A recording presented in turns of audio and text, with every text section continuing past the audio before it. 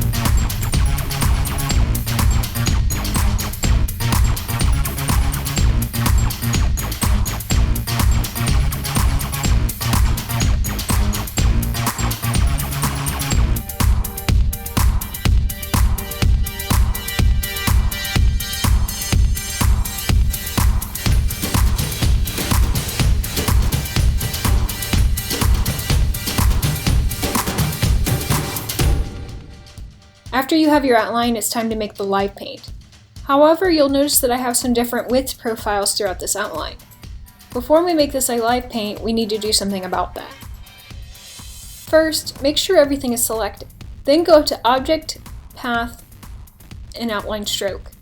This will turn all your stroke paths into shapes, preventing the live paint from undoing all the different width profiles in your outline. Now, if you zoom in with everything still selected, you'll see where all your new shapes overlap. This isn't really a problem, but when you turn this into a live paint, it will turn every one of those overlaps into a new shape. Again, not really a problem, but I like to clean it up a little bit. To do this, I make sure everything is selected and go to the Pathfinder window. Then I click Unite to join all my overlapping shapes into one. Now it's time to make this a live paint. Go up to Object, then to Live Paint, and Make. This turns everything into paintable cells. To fill the areas with color, go over to your toolbar and select the Live Paint bucket. The paintable areas will outline in red when you scroll over them with the Live Paint bucket tool. Just click on the areas you wish to fill with color.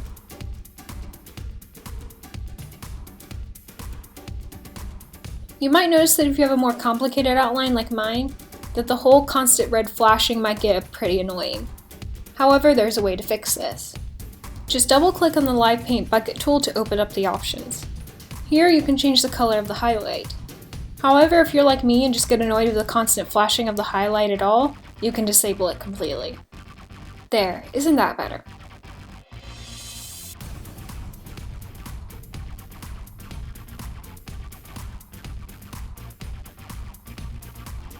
I'll demonstrate some more with something other than black now, but I think you basically have the gist.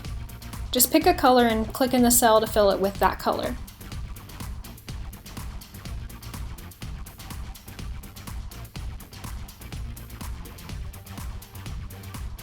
Something to consider though is that if you want something all one color but it's broken up into pieces, say all this space behind these circles, you still need to fill in every little gap. And sometimes you'll accidentally fill in the outline. So when making complicated live paints, you better have patience.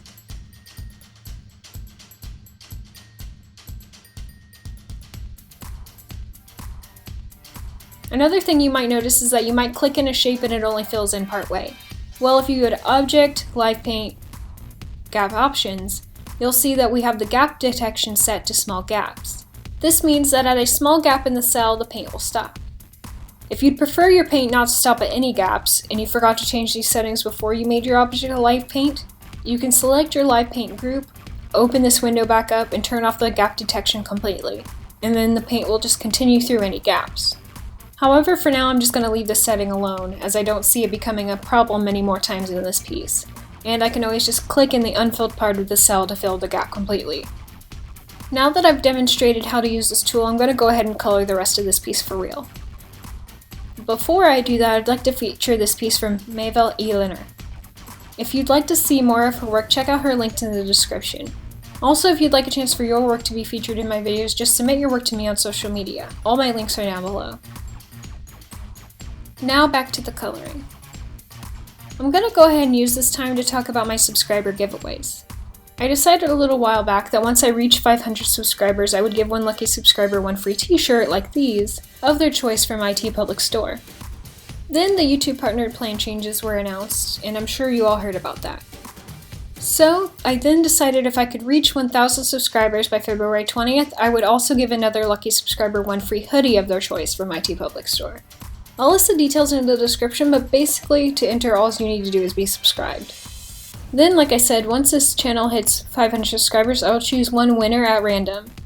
And if this channel can reach 1,000 subscribers by February 20th, I'll choose another winner at random from my subscribers.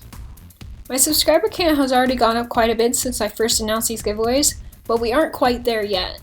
So share this video and let your friends know. And who knows, maybe we can hit that goal sooner than we think.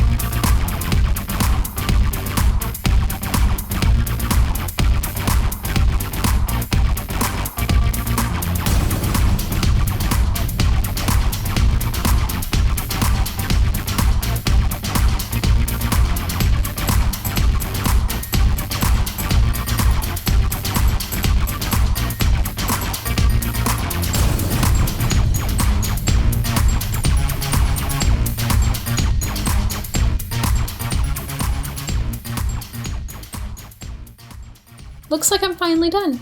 Let me know what you guys think in the comments. Thank you for watching, and I hope you enjoyed this tutorial. For now, why not take a look at the videos to the left? Could be fun! Or click my face on the right to subscribe so you don't miss out on any new videos. Again, thank you all for watching. Bye!